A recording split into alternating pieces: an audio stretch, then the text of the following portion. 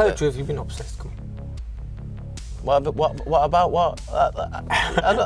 You know, I've got a date now, I've got to focus, and I can't wait to get these chocolate brownies swiping across his whiskers. He's definitely not going to go the 12 rounds, and it's going to be a war. We're not friends.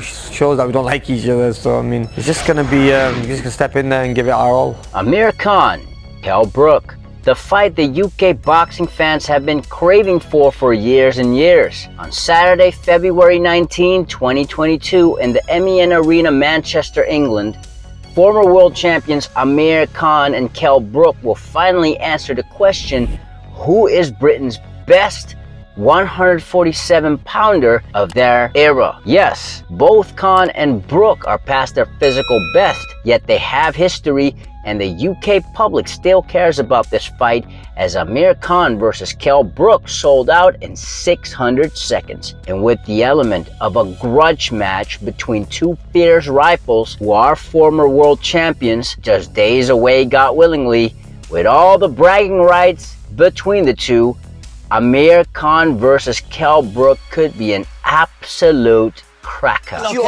Once I smash you up, you're just coming up with excuses.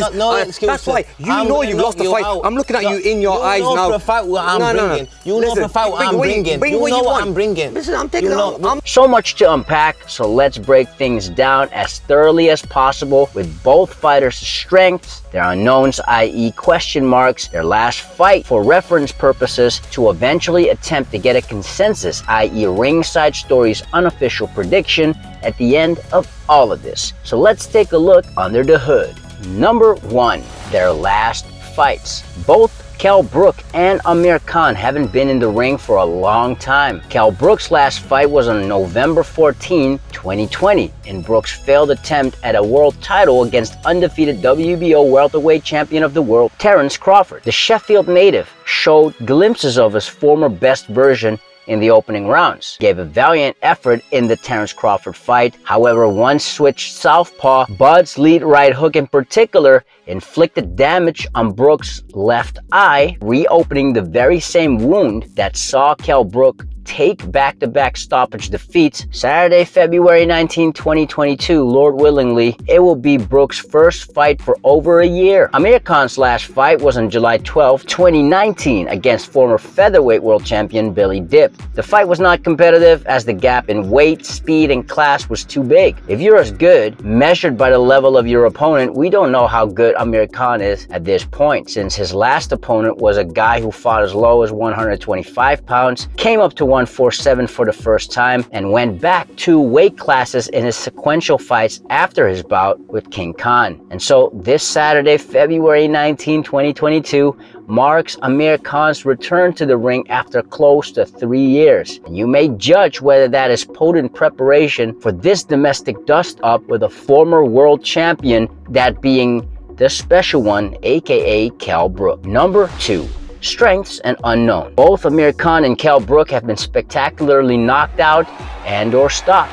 Both Khan and Brook have tasted glory at the highest of levels in boxing during their heyday. Since they're both in their mid-30s and going by their last fights, it's clear both Amir Khan and Kell Brook are past their best, and therefore we will include their attributes from fights a little less recently. Listen, you're half retired now anyway. Yeah, what are you? Make sure you're fully finished. So don't start giving the bigger ones now. You're gonna know because I'm gonna retire you. We know. This fight, you don't. What attributes does Kell Brook bring to the table to stake his claim? Punching power.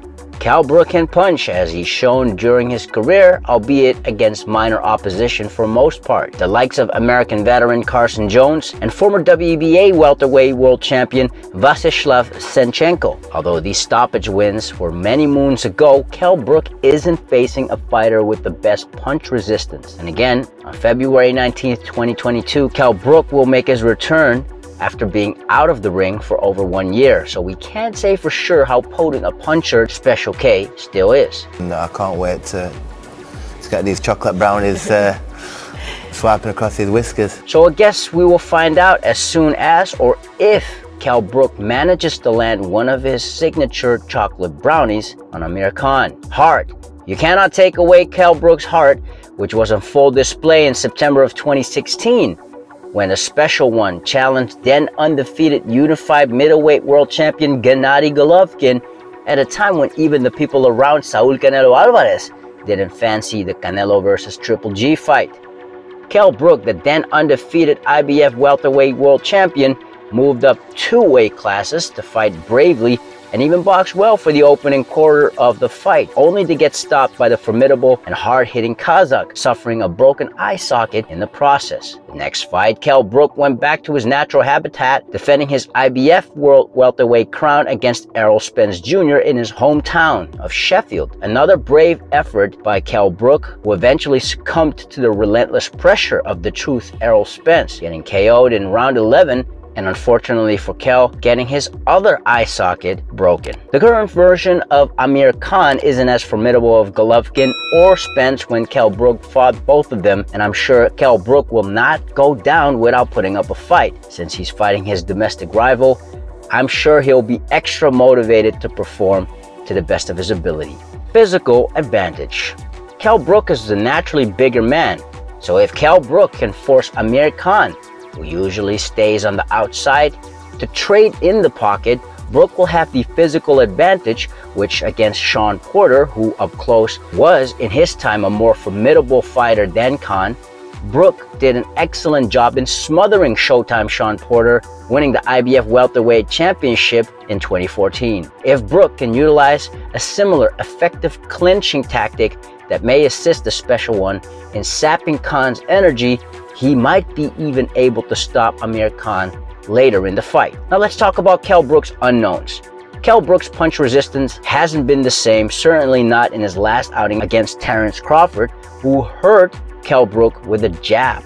The Golovkin and Spence fights took a lot out of Kell Brook, including his ability to take a punch, which at one point Kell Brook was able to take a punch well. Given Amir Khan's experience and his fast hands, those combinations might be a huge issue for Kell Brook. Kell Brook's lifestyle. The fact Khan versus Brook is fought at a catchweight is also down to Kell Brook's life outside of the ring. Not only has Kell Brook took some facial damage during the course of his career, Brook's body took a toll as well, and ballooning up in between fights will eventually catch up with you. Brook is in his mid-30s, not in his early 20s, and so recovering physically isn't quite the same as it once was. Mind games. Throughout his career, Kell Brook has had a chip on his shoulder when it came to Amir Khan, who has proven to be able to push Kell Brook's buttons. You know what I mean? Kell got a good tasting of a beating, and after that, you never heard from Kell Brook.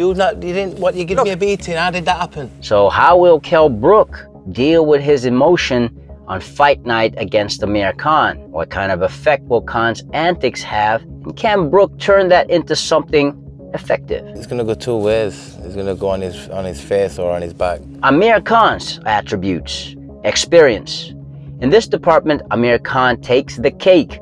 A former unified world champion at light welterweight, making 5 successful title defenses in the process, also racking up wins against notable opponents, the likes of Marco Antonio Barrera, who obviously when he fought Amir Khan was past his best. Khan also has wins over former world champions Andreas Kotelnik, a dangerous 140-pound version of Marcos Maidana, Paulie Malignaggi, Zab Judah. And at welterweight, Khan defeated former 2-weight world champion Devon Alexander, Chris Algieri, and Luis Collazo. Bomac and Terence Crawford. Amir Khan's biggest asset in preparation for the Kell Brook fight is training with Team Crawford. This is indicative of Khan's willingness to learn from the man who comprehensively beat and stopped him, and who at the making of today's video is a pound-for-pound level fighter, thus a consummate professional all year round. The altitude training in Colorado will surely pay dividends on the night against Kell Brook. Psychological edge. In the build-up so far, Amir Khan has seemingly ratted Kell Brook, which there are plenty of examples in the first Khan versus Brook press conference. When you look at a sparring session, think, wait a minute, that poor kid, which you're using to play the blue corner, getting battered. And if we can't put him in there, we can't put him inside a championship or send him abroad to get beat. I mean, that's the reason I got picked, because I was schooling you all the time. You don't school nobody, man. I don't know. As well as Khan versus Brook, the gloves are off. Tell the truth, you've been obsessed. Come on. What about what? Having successfully triggered Kell Brook during the build-up so far gives Amir Khan a psychological edge. However, that doesn't mean King Khan beats Kell Brook. Now let's talk about Amir Khan's unknowns. On fight night, Amir Khan will have been out of the ring for close to 3 years. How will he deal with possible ring rust? Historically, Amir Khan has proved he is chinny to say the least. What happens if Kell Brook lands clean on Khan? Khan is 35, past his best, and a fighter who has historically relied on his movement. How are Amir Khan's legs? Will he be able to move the full 12 rounds if necessary? Number 3. Preparations. Amir Khan has switched camps, linking up with Team Crawford. Training in the high altitude of Colorado with a pound-for-pound great in Terence Bud Crawford, which is obviously great preparation for Amir Khan. You know, you're definitely going to see a whole another different Amir from his previous fights. I think you're going to see the old Amir when he was fighting Devin Alexander, when he was fighting guys like Madonna, you know, guys like that, where the hand speed is there, the mental awareness is there, just the capability of doing what he wanted to do inside the ring is there. Brian, pleasure speaking to you. Yeah, I definitely think I've got the right guy in the corner going into this fight. Bomac is a very good trainer. I mean, the way he breaks down a fight. I mean, what gave me the indication of choosing someone like Bomac was the way, when I fought Crawford, the way they were making me miss, the way they fought me, the way they were, even though I might have had a few injuries, but I'm not going to talk about the injury side of it, but I'm saying the way they had that game plan. And from watching my whole amateur career, from watching my whole professional career, seeing the small little points or the mistakes I make and capitalizing on that. I mean, why is Crawford one of the best out there? Because it's a team thing.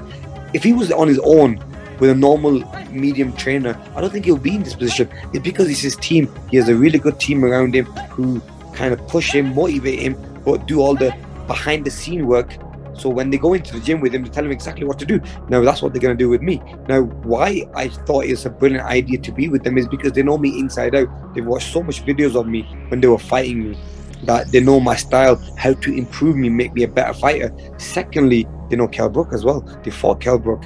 They beat Kell Brook, so they know Kell really well. Back in the UK, linking back up with his longtime trainer Domingo, Kell Brook looks ready to go as well. One thing I will say about Kell Brook, in all the fighters I've trained over the years, he has got this determination. While I've trained him, he's never slacked off. I don't know what he did when we trained with other fight, you know, for the other 2 fights when he didn't train with me. I know what his level is because I've trained him for so many years. I know when if he's trying to cut corners or he's not performing like he should do. I know where he should be. And you just have to make more allowances for the rest time in between the sessions. But he still hits the sessions hard. He doesn't say, oh yeah, I don't want to do this hard run, or I just don't want to do. He actually wants to do more rounds. He wants to do more runs. He wants to test himself, and that's the one thing about Kell through the years, that he has the determination. Once he's getting him switched on is difficult, but once he's switched on, there's no stopping him. Number 4. The actual fight. With everything on the line, bragging rights included, everything that has been building up for a decade, I think Khan versus Brook will be an absolute cracker. Yes, both can play chess. I just think the rivalry, the pride between these two is too big to not have a British all-out war. Besides, both Amir Khan and Kell Brook have been in big fights before. They have tested themselves and got stopped in the process, which means they both showed to have heart and a willingness to put it all on the line. That's why I think Amir Khan versus Kell Brook is a must-see. I see Amir Khan boxing from the outside, then lunging in, a similar strategy Khan employed in his heyday when he trained under Freddie Roach, using his legs and faster hands to outspeed Kell Brook. Kell Brook himself acknowledged Amir Khan has faster hands than himself, so I see Special K attempting to time and counter Amir Khan. Maybe use his physical advantages up close to out-muscle Khan and wait for an opportunity to test Amir Khan's chin. Depending on how much Amir Khan has lost his step, it may be a bit of a challenge to land on Khan flush, since he has been able to successfully negate and or defend his vulnerable chin for most part of his career. And with Kell Brook's punch resistance clearly deteriorated, both of his eye sockets broken in the past, what happens if Amir Khan lands clean on Kell Brook? With all of the experience between these two, given the personal beef between Brook and Khan, how will both men cope with this emotional element on fight night? Number 5, Ringside Stories unofficial prediction.